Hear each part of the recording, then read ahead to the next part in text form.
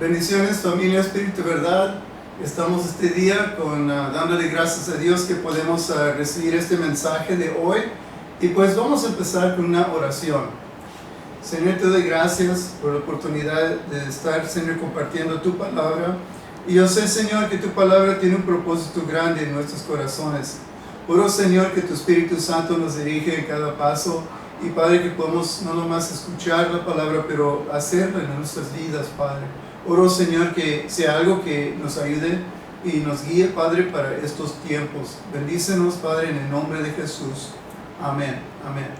Pues, hermanos, vamos a estar compartiendo hoy un mensaje de que se acuerdan, nosotros estamos en el libro de Apocalipsis y ha habido mucha preparación para eso y todavía falta que estemos nosotros orientándonos en los tiempos finales. Y parte de esto, de lo que voy a compartir hoy, hablamos acerca de lo que era el rapto y la segunda venida. Y voy a estar compartiendo acerca de eso, pero con el concepto de entender la razón que existe el rapto, o decir, en el griego se llama el arpazo. El arpazo quiere decir el que, como arrebatar, a llevar. Y eso es donde sacan la palabra ahí de rapto. Es importante ver que la palabra nos dice que es un misterio. El rapto es algo que estamos esperando a cualquier momento. Muchos de los primeros creyentes en la palabra, cuando empezó la iglesia, estaban todas las nuevas iglesias, todos creían que Cristo iba a regresar muy rápido. Ellos creían, esperaban eso. Y eso porque si estudias las dos cartas de Tesalonicenses, es Pablo corrigiendo a la iglesia, ayudándoles, porque ellos pensaron que el rapto ya llegó o que Cristo cuándo iba a venir, y estaban muy confundidos porque había unas enseñanzas falsas que estaban corriendo por ahí, y Pablo está corrigiendo, enseñándoles a ellos la importancia de entender que Cristo todavía les muestra a ellos cómo la iglesia va a ser raptada, pero que pueden esperarlo en cualquier momento. Y ellos lo creyeron tanto que en la segunda carta él les está exhortándoles a ellos que como regresense a trabajar, porque ellos creían tanto que iba a venir Cristo que estaban trabajando, estaban esperando ahí, viendo el cielo, no sé. Pero Pablo está tratando de corregir esa situación, porque el rapto es algo que es, como decimos, puede suceder en cualquier momento. No hay ninguna señal, por decir, específico en ese momento para que venga el rapto. Y eso es importante entender. Ahora, yo les voy a decir, hay unos misterios acerca del rapto. Hay unos misterios por qué tiene que ser así.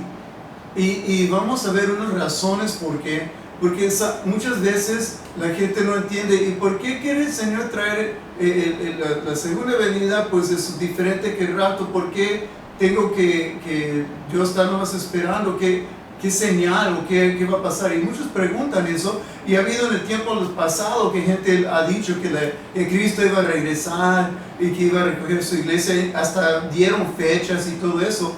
La Biblia dice que no va a haber ningún día ni hora cuando el Señor regresa por su iglesia. No hay una señal, por decir. Podemos conocer los tiempos, pero son tiempos generales o señales, podemos decirles, generales. No son algo que es exacto como la segunda venida. Yo voy a estar hablando de eso para que podamos tener un entendimiento de los dos y luego también saber lo que estamos esperando. Es un misterio. Ahora, si vamos a la palabra, ahorita en el libro de Efesios, los que tienen sus Biblias ahí, vamos a abrir sus Biblias en el capítulo 5 del libro de los Efesios. Y nosotros sabemos que el capítulo 5 trata de que Cristo está hablando, o la palabra está hablando acerca de Cristo y la iglesia, y también los maridos con sus esposas. Es como está aplicando esto en un doble sentido o un doble concepto. lo que está pasando está diciendo a esposos aman sus mujeres como Cristo ama la iglesia, mujeres respetan sus maridos, y una manera está explicando la relación como de matrimonio. Y llega un verso que es importante ver, es el verso del capítulo 5, el verso 23, porque ahí dice algo importante y clave para nosotros. Dice, porque el marido es cabeza de la mujer, así como Cristo es la cabeza de la iglesia, la cual es su cuerpo y Él es su Salvador. Y luego lo que si vemos en un punto al verso 32, aquí revela un misterio. Dice esto: grande es este misterio, mas yo digo en respeto de Cristo y de la iglesia. Lo que está diciendo, Pablo está hablando de una relación matrimonial, esto es de las responsabilidades del matrimonio, pero también empieza a decir, pero estoy diciendo eso es correcto, el marido de la mujer y todo, pero él está hablando de Cristo y la iglesia. Y eso es bien importante, porque el problema que muchas personas tienen, hay una confusión en el área de los santos o la iglesia, porque la iglesia es distinta en una manera, en ciertas formas, que otros tiempos del pasado y unos que vienen en el futuro. Y voy a explicar esto, porque no todos los santos son iguales. Ahora dice, pero ¿que no Cristo murió por ellos? ¿Que no son gente que vive por fe? ¿Qué es esto? No, mira, hay ciertos, vamos a decir, elementos que existen y hace una diferencia entre los santos antiguos, la iglesia, y los santos que vienen en el futuro. Y es importante ver esto. Esa es la razón que nosotros necesitamos aclararlo, porque gente se confunde mucho con textos que hay en la Biblia y que se escuchan como se contradicen, pero siempre es esto: cuando tú ves algo en la Biblia que se contradice o aparenta eso, es un momento que tienes que estudiar profundamente la palabra, porque cada vez que ha habido esas supuestamente contradicciones, cuando estudias más profundo lo que ha sucedido, siempre encuentras un misterio, algo maravilloso, y en lugar de confundirte, debería de exhortarte para que estudies más. Eso que cada vez que yo veo la Biblia, eso para mí, esto está diciendo esto, se escucha contrario. Pues, ¿qué quiere decir? ¿Y dónde viene esto? ¿Y para qué es esto? Ya empiezas a desmenuzar todo y quitarlo, desbaratarlo, y vas viendo que una cosa está hablando diferente que la otra, y la referencia suena como se contradice, pero en realidad no es una contradicción. Y yo he visto eso, y ese es un ejemplo. Hay mucha gente que se confunde con los santos en la Biblia, porque santos se usan generalmente. Los santos del Antiguo Testamento, los santos en la iglesia y los santos del futuro. Pero todos tienen ciertas cosas distintas. Y eso es lo que quiero hablar hoy, para que nosotros entendamos esto más. Vamos a ver un texto también en San Lucas, el 7:28. Vamos a ver San Lucas, el 7:28. Y prepárense por sus Biblias, porque vamos a estar moviéndonos un poquito. El 7:28.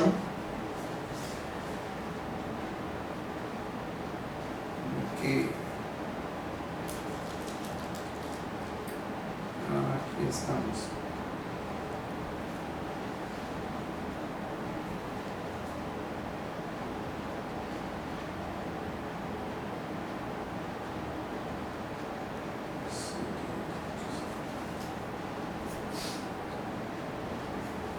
Ok, aquí Cristo está hablando y luego dice esto: os digo que entre los nacidos de mujer no hay mayor profeta que Juan el Bautista, diciendo que de todos los santos y la gente anterior en el Antiguo Testamento, nadie era mayor que él.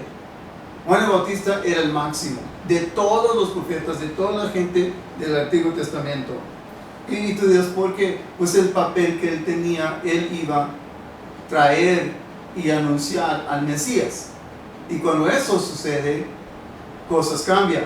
Y vamos a ver, aquí dice, y no hay mayor profeta que Juan el Bautista, como dice ahí, pero el más pequeño en el reino de Dios es mayor que él.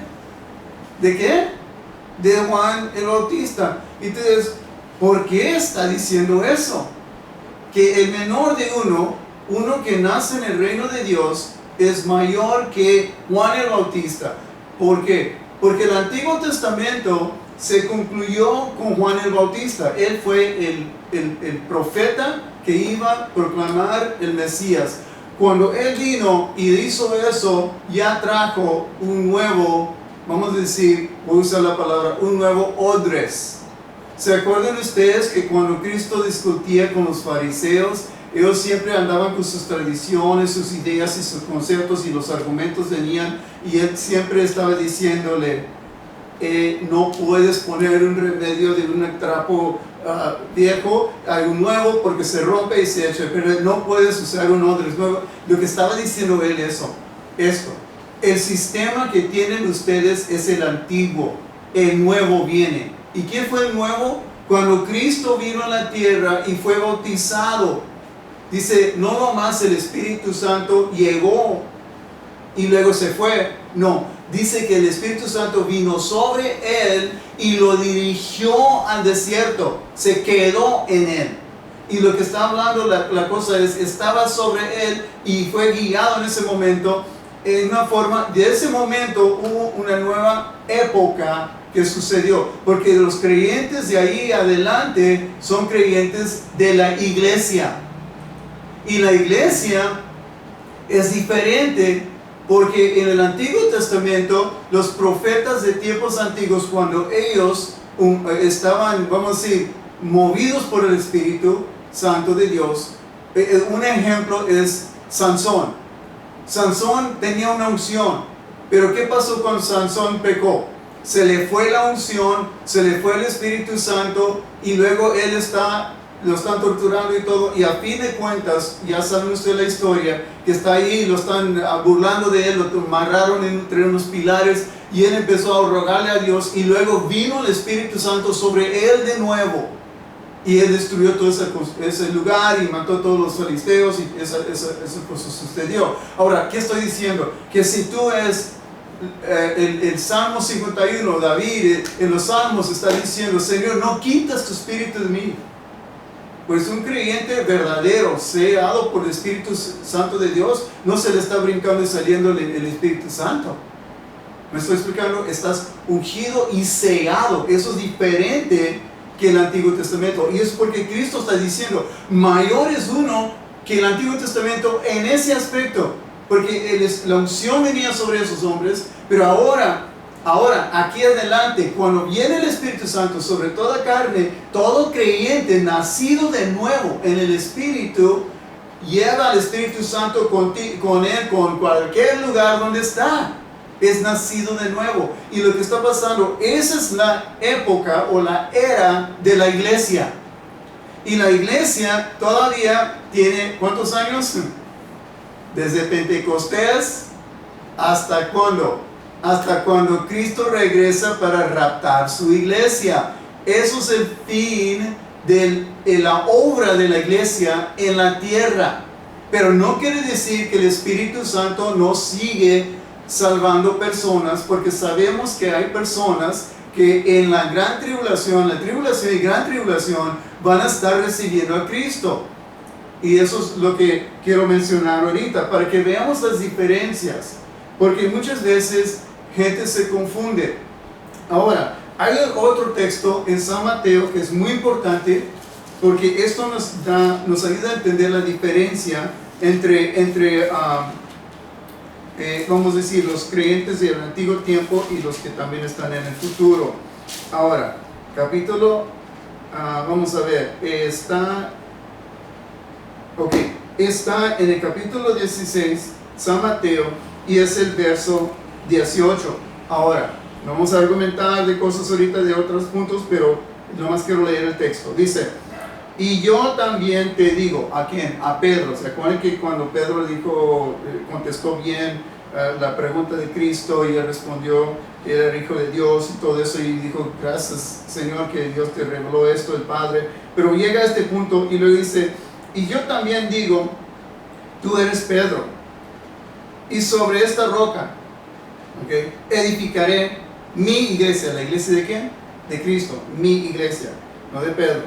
Dice, y las puertas de Hades no prevalecerán contra ella. ¿Qué está diciendo? Lo que está diciendo es que las puertas del Hades no pueden prevalecer contra la iglesia. Ahora, piensa ahorita, aquí está una puerta. Si alguien entra aquí y yo me quiero proteger, yo puedo cerrar la puerta para protegerme, porque si esta persona tendría que tumbar la puerta para meterse. Y lo que Cristo está diciendo acerca de su iglesia es que las puertas de Hades, es decir, si el demonio o los demonios quieren ponerse atrás de una puerta para protegerse, dice que eso no puede prevalecer contra la iglesia. La iglesia es la agresiva, por decir. La iglesia es la que viene a atacar, a derribar esas puertas del infierno. En una manera, la iglesia tiene poder y autoridad. Los santos de antiguos tiempos no tenían eso en esa manera. Ellos tienen que depender de los ángeles, la unción del Espíritu Santo y todo. Pero ahora la iglesia que tiene el Espíritu Santo dentro, con los dones poderosos espirituales, tiene armas que van contra el enemigo y puede derribar las obras de Satanás, como Cristo vino a hacer también. La iglesia tiene esa habilidad. La razón que digo, ahora vamos a ver unos que en Apocalipsis, que es importante ver una diferencia aquí. Vamos a ver el libro de Apocalipsis, vamos a ver el capítulo 13.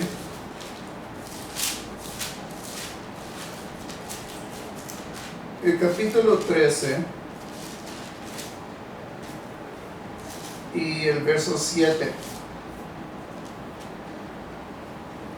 Aquí se está hablando del enemigo o el anticristo y todos los que están levantándose contra las dos bestias, en una forma de las bestias que nombran así, pero es el enemigo poniéndose contra los judíos y principalmente los que no reciben la marca y todas esas otras cosas que empiezan a levantarse. Pero aquí quiero ver un texto que dice esto: y se le permitió, y hablando de esta bestia, dice, y se le permitió hacer guerra contra los santos y vencerlos. También se le dio autoridad sobre toda tribu y pueblo y lengua y nación. En una manera está diciendo que va a haber gente que cree en Cristo en esos tiempos, y esos santos, esa gente que ya recibe a Cristo, va a morir por su testimonio, va a morir para ser cristiano. Tiene que morir en una forma, porque ya que es cristiano, el enemigo va a ir contra él. Pero eso no es la iglesia, porque la iglesia tiene autoridad y Satanás no tiene ese lugar. Y vemos aquí también que después dice que hay las almas, en el quinto sello, habla que las almas que están bajo del altar, acuérdense, no el trono, el altar, y donde dice que ellos están ahí abajo, están diciendo, ¿cuándo, Señor? Vas a vengar nuestra sangre, dice, y por los que están morando en la tierra, y les dice, espérense un tiempo, y les da palmas y les da unas cosas, y les espérense hasta que se cumple el número de sus, dice, co-siervos. Como murieron ustedes, estas personas tienen que morir también. Y eso es diciendo, son los santos que se están recibiendo a Cristo durante la tribulación y la gran tribulación. Es importante entender la diferencia, porque ¿dónde está la iglesia? La iglesia es diferente que esos santos en cuestión de poder, autoridad, porque la iglesia es la novia de Cristo. Ahora, voy a explicar algo importante que yo creo que les va a ayudar a comprender esto. Primeramente, una boda antigua, la forma antigua de las bodas judías era, primeramente, vamos a ver el proceso. Primeramente, hay un joven por ahí y se ve una muchacha ahí bonita y la quiere casarse con ella, está la edad y todo eso, o los papás también, a veces en esas culturas los papás se arreglaban también, pero la mayoría del tiempo era que el joven vio a la mujer y dice, ¿sabes qué, papá? Quiero casarme con ella. Y luego lo que hacían, iban, y lo que el hombre y el papá y el hijo iban a la casa de la novia y ahí hablaban con sus papás y hacían un contrato. Y ese contrato estaban desposados, que quiere decir que ella, el momento que hace ese contrato, porque dice, me quiero casar con ella y todo, sí, vamos a hacer, ahora, pueden pagar el dote. Primeramente el contrato. El contrato dice, sí es posible, ok, puede pagar el dote. El dote quiere decir que él tiene que pagar un precio por esa novia. Y esa era una situación cultural, ahorita se lo voy a explicar. Pero cuando hacen ese contrato, ellos para unir ese contrato, la pareja toma vino juntos. Y luego de ahí adelante, ella es apartada cuando ya hacen el trato del dote o la cantidad que la familia decide a decir que necesita. Ahora, en la cultura, la razón que hacían eso, en la cultura oriental, es que la novia recibía ese dote. Y había también regalos que daban a los papás. Pero ella necesitaba tener ese dote porque era una aseguranza para ella en su futuro. Es decir, que si este muchacho se casa con ella y la repude o no la acepte, o que ella no es virgen o X cosa, razón, ese momento, esa persona puede escribir una carta y divorciarse de ella por X razón. Y una razón de que ellos sienten es suficiente. Y es como cuando José descubrió que María estaba embarazada. Y él dice que la quería separar o de una forma, él quería divorciarse de ella y sacarse de ese compromiso porque estaba embarazada. Pero ya sabemos que Dios le habló, el Espíritu Santo, y todo eso fue la primera venida de Cristo, sabemos eso. Pero lo que estoy diciendo, era un trato, ni todavía estuvo en relación con ella. Él estaba esperando a llevársela, pero eso sucedió durante ese transcurso para José y María. Ahora, cuando el dote se paga, ese dote es para ella, porque si la rechaza, ella tiene algo para respaldarse, porque ya después es repudida, o una forma, ya la cultura la ven como una mujer que no se va a casar de nuevo. ¿Por qué? Porque fue rechazada, fue divorciada. Y ella tiene que tener algo para poder sostener su vida. Y eso es parte de eso. Y normalmente regresan a casa con los papás y luego hay ese arreglo y todo eso. Es una situación cultural. Ahora, cuando se paga eso y se hace, ya en una forma, desde el momento que toman el vino, se separan. Y cuando se separan, el novio ya no la ve a ella. Ella ya no ve al novio. No están permitidos verse. Y lo que pasa, él va para preparar un lugar para ella. Ella empieza a un desarrollo de aprender cómo prepararse para matrimonio, cómo aprender cómo cocinar bien, cómo preparar las cosas, cómo ser mujer. Y en su familia le van instruyendo cómo ser una mujer casada. Y ahí se va preparando ella. Él se va preparando un lugar, normalmente en la casa de su padre. Ahora, normalmente a veces, aparte, juntamente de la casa donde están, ponen otro cuarto. O también, aparte en el terreno, ahí mismo, también hacen una casita. Ahora, la cultura en esos tiempos antiguos, las casas estaban hechas de pocos cuartos.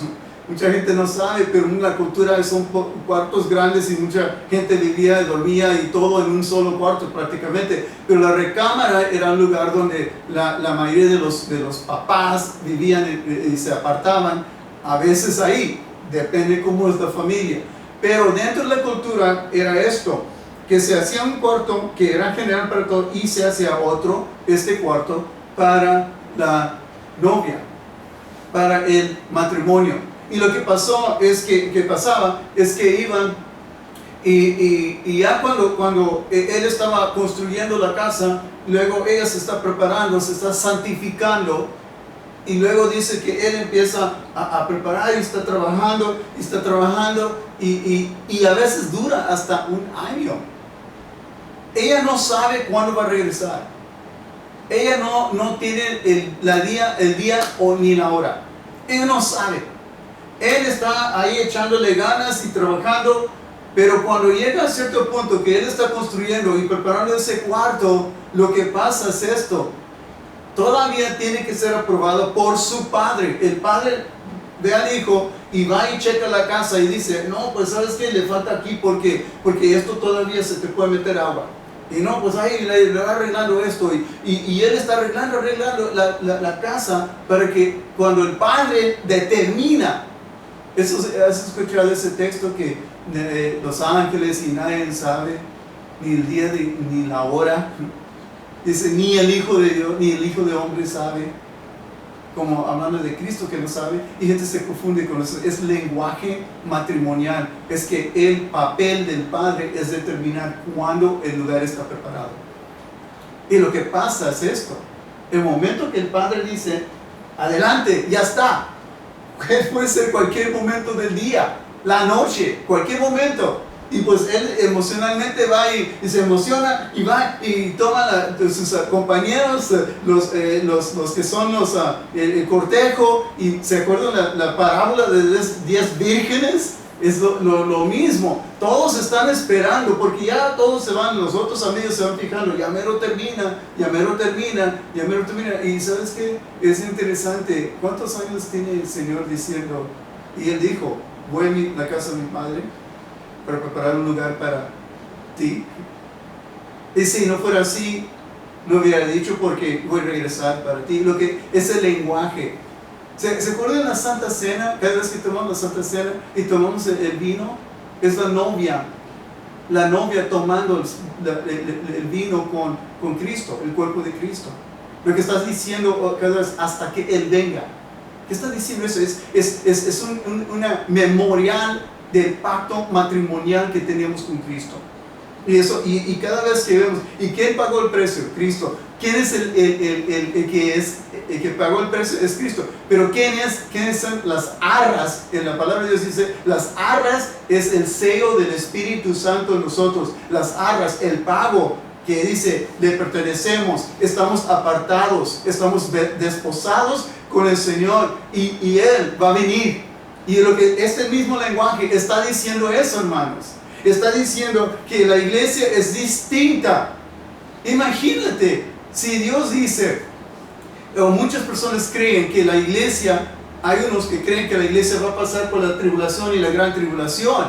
Hay gente que cree que van a pasar por toda la ira que viene contra la tierra.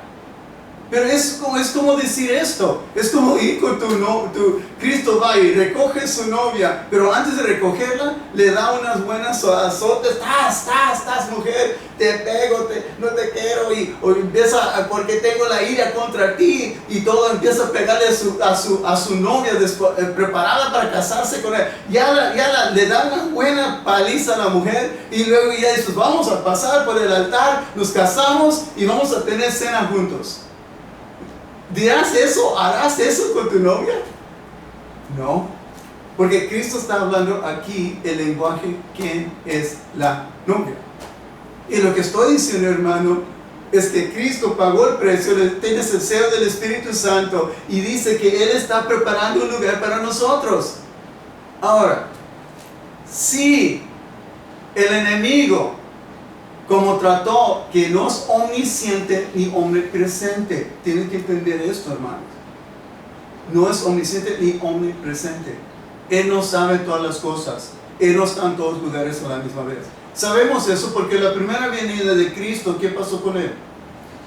Él no sabía precisamente dónde nació. Después, cuando preguntaron, Herodes trató de ir a buscar y matarlo. No lo puede matar. ¿Por qué? Porque se fue a otro lado. Entonces es como si ellos sabían precisamente ese momento, hubieran matado a Cristo antes que naciera. Hubieran hecho eso. Igual también, si vemos nosotros, hay factores importantes que existen en la cuestión del rapto. Primeramente, si nosotros veamos que el enemigo, si él tuviera conocimiento que Cristo va a llegar a tal momento, a tal lugar, en tal día, ¿tú no crees que él estaría haciendo algo ahí? El enemigo puede copiar, puede engañar, puede confundir, y gente se puede desviar. Él puede ser un show en otra parte y todo el mundo lo cree así, y Cristo no va, puede estar al otro lado. Él puede confundir mucha gente y engañar mucha gente si tiene esa información, pero ese es porque es un misterio. Otro punto es el factor que tú y yo tenemos que caminar por fe. Y cada vez que tú ves que tenemos que vivir por fe, la cosa no se ve tan clara, pero sabemos que existe y que viene. Como gente que se rió estaba riendo de Noé, porque decían, cielo, agua, lluvia. ¿Qué es eso? Porque en esos tiempos no había lluvia, no existía. Y se reían de ellos, y no aceptaron el mensaje. Y él les estaba diciendo, por 100 años. Porque si estudias de 100 años para construir todo. Y al fin de cuentas, cuando ya estaba la puerta cerrada, dice que se dieron cuenta. ¿Y quién cerró la puerta? Dios. ¿Quién rescató al pueblo? Dios. Ahora, la razón que estoy diciendo esto es que tenemos que entender el patrón profético y entender cómo el Señor nos rescata a nosotros. Y lo que estoy diciendo aquí, Él va a sacar su novia, no la va a golpear. Dice la palabra de Dios, no estamos destituidos a llegar a ira, porque Él pagó, pero estamos destituidos a llegar, el destino de nosotros es llegar a la salvación, no el juicio de Dios, porque Cristo ya tomó el juicio para nosotros, la iglesia. Los que después se quedan aquí reconocen cuando viene el rato, cosas tremendas van a pasar en este mundo, y todo el mundo van a ser los marcianos o X, pero también va a haber gente que sabe que son tus primos, tus parientes que tantas veces les explicaste, o gente que fueron revelados por otra forma y entendieron, híjole, es cierto, Cristo se llevó la iglesia, ahora estoy en la tribulación, y la única manera que yo voy a poder es morir por mi fe. Es la única forma. Y eso porque estamos hablando de los diferentes, porque la iglesia, el infierno no puede prevalecer contra la iglesia, pero contra esas otras personas sí. ¿Por qué? Porque se están arrepintiendo al último momento ellos, y nosotros estamos esperando para el Señor que venga al último momento, y sabemos que es cierto así. Ahora, tengo textos, pero por cuestión de esto quiero explicarles poquito, porque se confunden con la segunda venida y el rapto, y eso es lo que quiero explicar, unos puntos para que veamos la diferencia, porque hay una diferencia. Como la iglesia es diferente que los otros santos del Antiguo Testamento, y son diferentes que los nuevos, también nosotros podemos ver que la primera, o vamos a decir, el rapto y la segunda venida de Cristo es distinto. Son cosas muy diferentes que tienes que aceptar lo que dice la palabra. Ahora, voy a dar una comparación y después pues, pueden estudiarlo.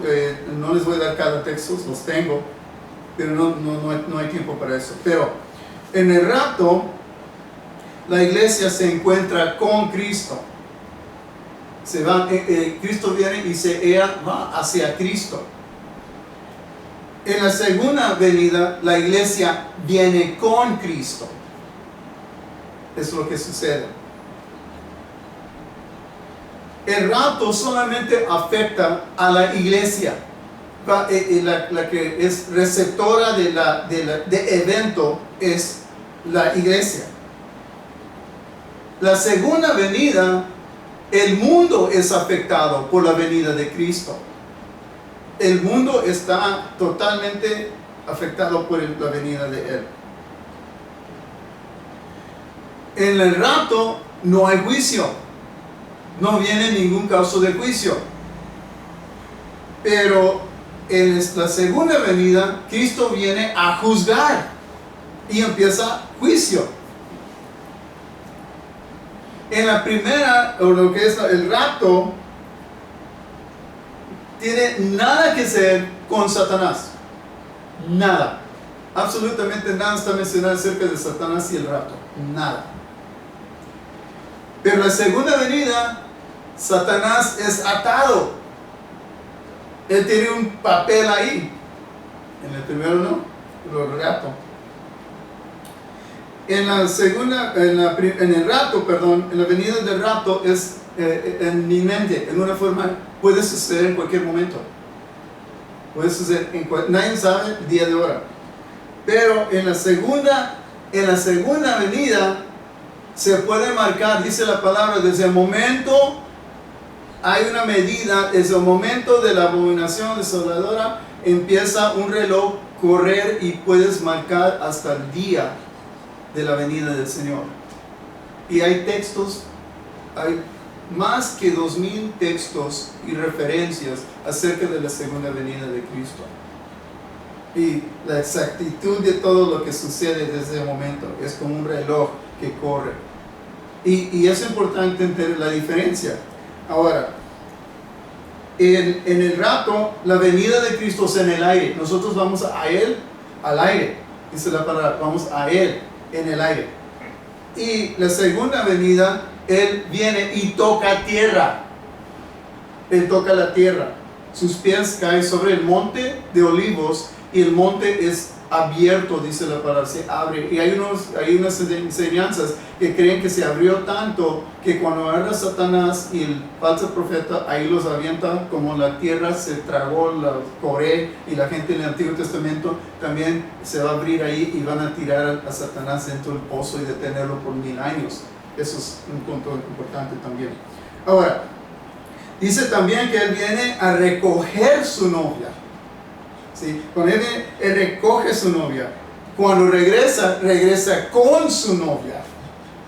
Que es otro punto diferente. Y en el rapto, dice, solamente los suyos lo verán. De una forma, solamente la iglesia va a poder ver a Cristo en el cielo en ese momento del rapto. No el mundo, no nada más. Pero en la segunda venida dice que todo ojo lo verán. Es diferente. Después del rapto, la tribulación inicia. Cuando la iglesia es raptada, y créeme, va a causar tribulación, y es un momento perfecto para el anticristo y todo para hacer sus cosas. Pero la iglesia, la tribulación inicia. La segunda venida, la tribulación termina, porque Cristo viene a juzgar. Y luego, cuando Cristo en el rapto viene, Él viene gozoso, contento, porque Él va a recoger su novia.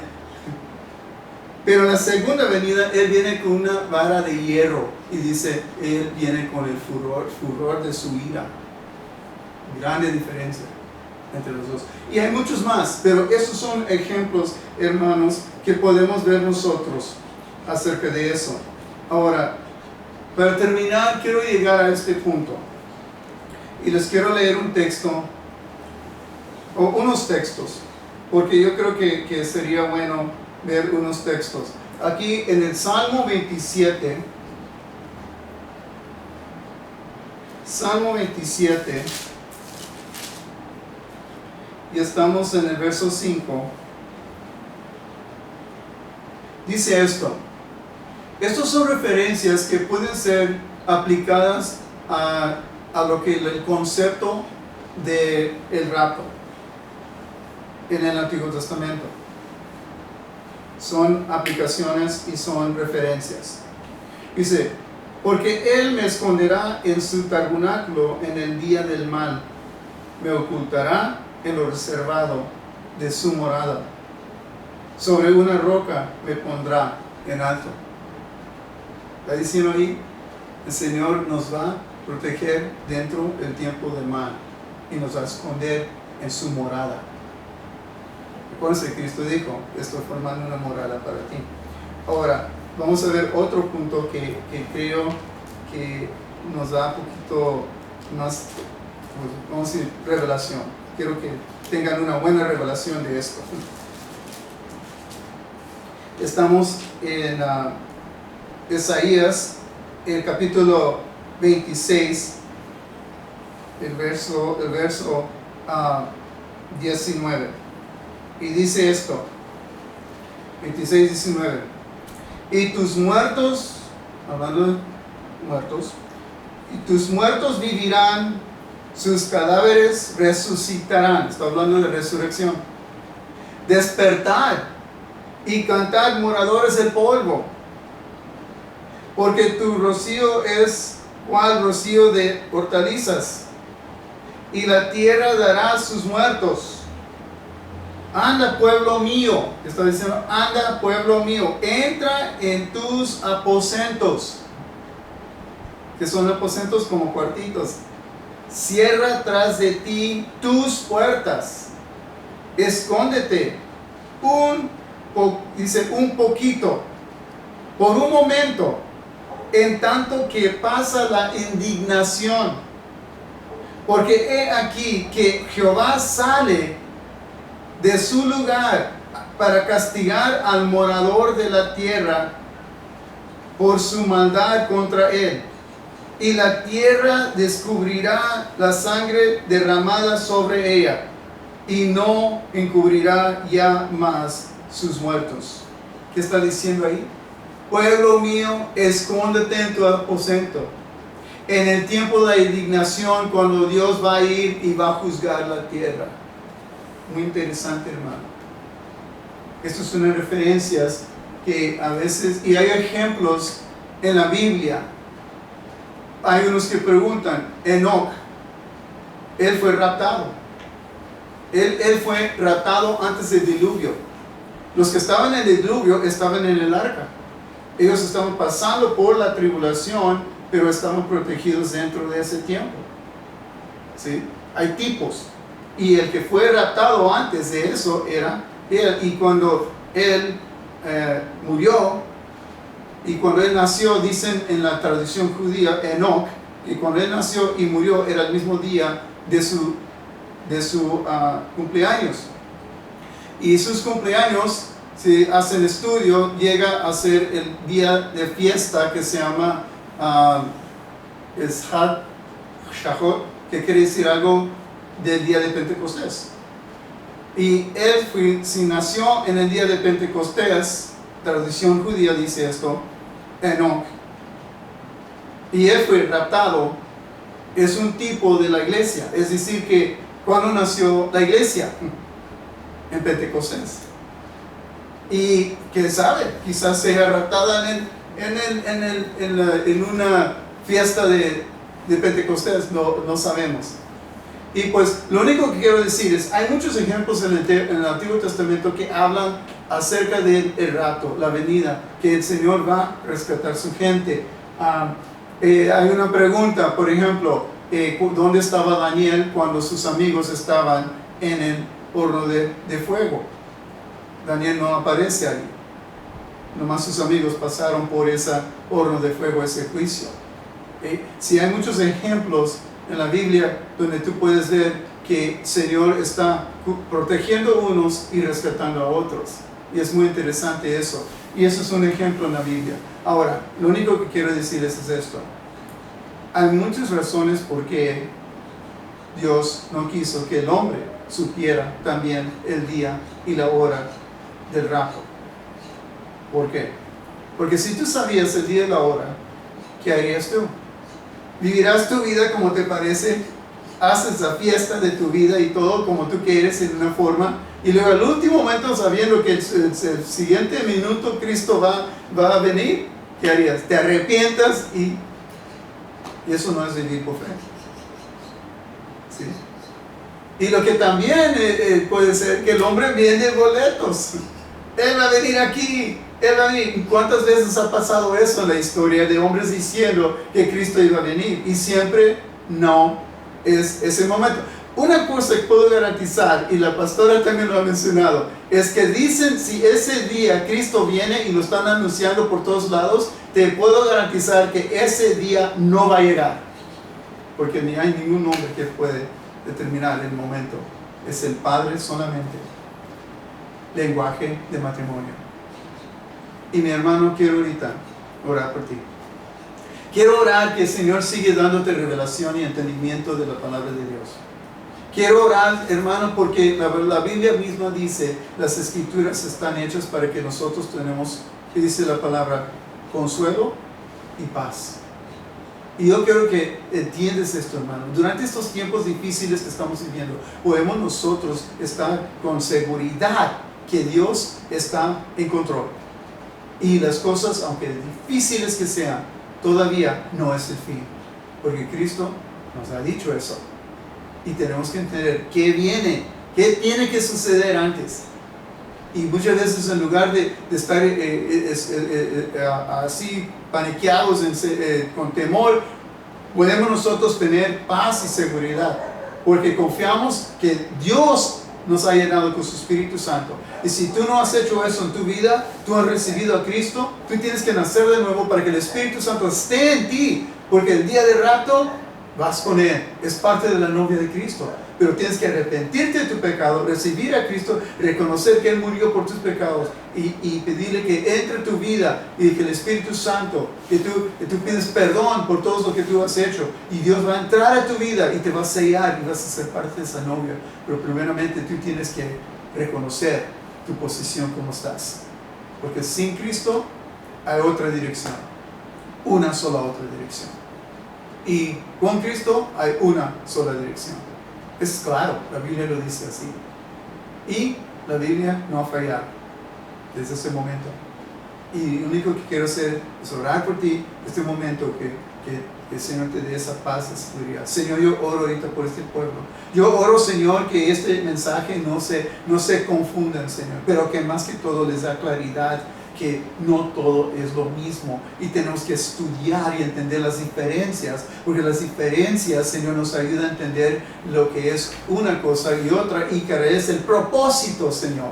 Oro, Señor, que ayude a este pueblo santo tuyo, Señor, que está preparándose, quitando mancha y arrugas, Señor, que tú les bendices y les ayudes, Señor, a entender tu palabra. Y también estos días, darles el consejo, Señor, que tu Espíritu Santo nos puede dar en cualquier situación, Padre. Ministro hoy, Padre, tu palabra a este pueblo con, Señor, confianza, que cuando reciben y entienden, Padre, van a estar viviendo con seguridad en sus vidas, en el nombre poderoso de Jesús.